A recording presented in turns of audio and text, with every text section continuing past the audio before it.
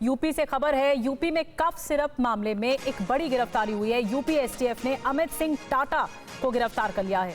UP, Bihar, Bengal, Jharkhand में फैला था ये काला कारोबार। नकली कफ सिरप का बांग्लादेश और नेपाल तक सप्लाई चेन जुड़ी हुई थी। किंगपिन शुभम जायसवाल दुबई फरार हो चुका है। करोड़ों की कफ सिरप की शीशी भी बरामद की गई है।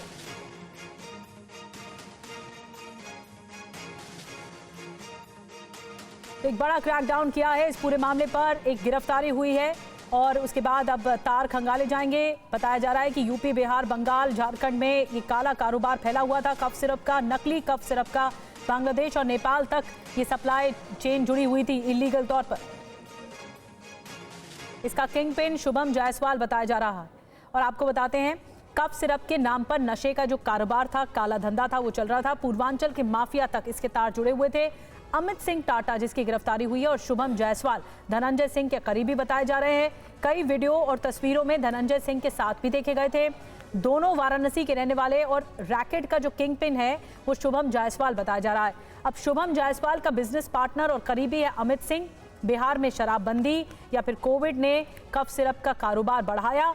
बिहार, झारखंड, पश्चिम बंगाल तक कफ सिरप की सप्लाई बढ़ चुकी है। नेपाल, बांग्लादेश में भारी डिमांड है। कई गुना ज्यादा दाम में बिक्री होती है।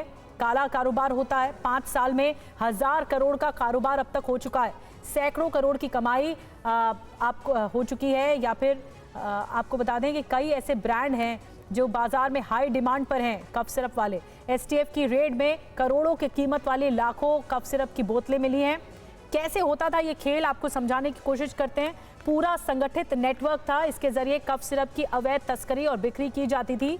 एनडीपीएस के तहत कोडिन का जो दुरुपयोग है वो होता था, इसे प्रतिबंधित किया गया। कफ सिरप का इस्तेमाल नशे के कारोबार के लिए एफएसडीए, एसटीएफ, यूपी पुलिस की कार्रवाई में एक बहुत बड़ा खुलासा हुआ है। दर्जनों डमी फर्म बनाई गई।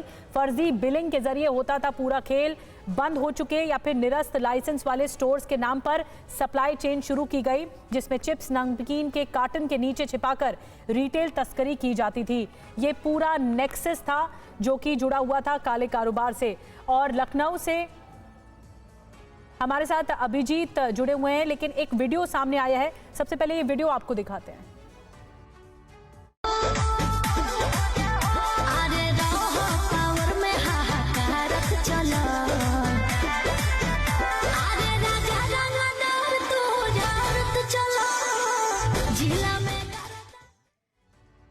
तो अमित सिंह और धनंजय का ये वीडियो सामने आया है जो हमने आपको दिखाया। अभिजीत हमें और ज़्यादा पूरे कहानी को और ज़्यादा बताएंगे ठीक तरीके से कि अभिजीत, इसकी जो गिरफ्तारी हुई अमित सिंह की, ये कितनी अहम है? ये कितने लोगों से जुड़ा हुआ था? इसका नेक्सस कहाँ कहाँ था और कितनी बड़ी कार्रवाई है ये?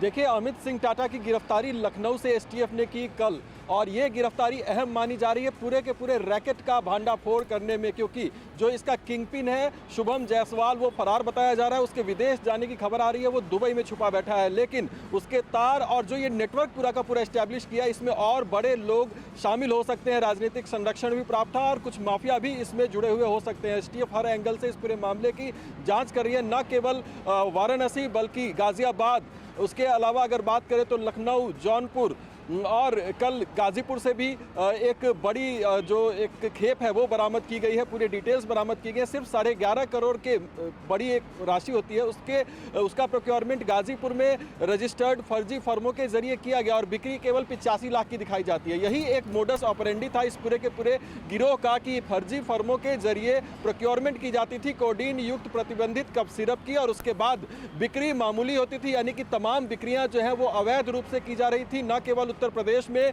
उसके अलावा बिहार और झारखंड में भी इसे भेजी जा रही थी। और बॉर्डर इलाकों के जरिए नेपाल और बांग्लादेश तक इसके तार जुड़ गए थे। यानी इंटरनेशनल रैकेट में तब्दील हो चुका था। और 1000 करोड़ से ज्यादा का कारोबार, सैकड़ों करोड़ रुपए की कमाई, और बीते 5 साल से ये रैकेट चल रहा है। तो आप अंदाजा लगा सकते हैं कि किस बड़े स्केल पर ये अवैध धंधा जो है, नशे का कारोबार, वो चल रहा था। और अब फाइनली जब एसटीएफ ने इस पर क्रैकडाउन शुरू किया तो एक कड़ी यहाँ इसमें जुड़ती जा आ रही हैं, किरदार सामने आ रहे हैं, कई गिरफ्तारियां हो रही हैं और सबसे बड़ी बात यह है कि लाखों शीशी प्रतिबंधित कफ सिरप अभी तक बरामद हो चुके हैं। अमित सिंह टाटा की गिरफ्तारी के बाद उनसे जो गैजेट्स, उनसे जो दस्तावेज बरामद हुए हैं, उससे कई बड़े नामों का खुलासा हो सकता है। ऐसी जानकारी एसटीएफ के सूत्रों के हवाले से हमारे पास सामने आ रही है और आने वाले दिनों में ये मामला और बड़ा होता हुआ दिखाई देगा। जी निधि, बिल्कुल, आने वाले दिनों में ये मामला और ज्यादा तूल पकड़ता हुआ दिखाई देगा, लेकिन जो इसका किंग पिन है अब उस तक जांच एजेंसियों को पहुंचना है,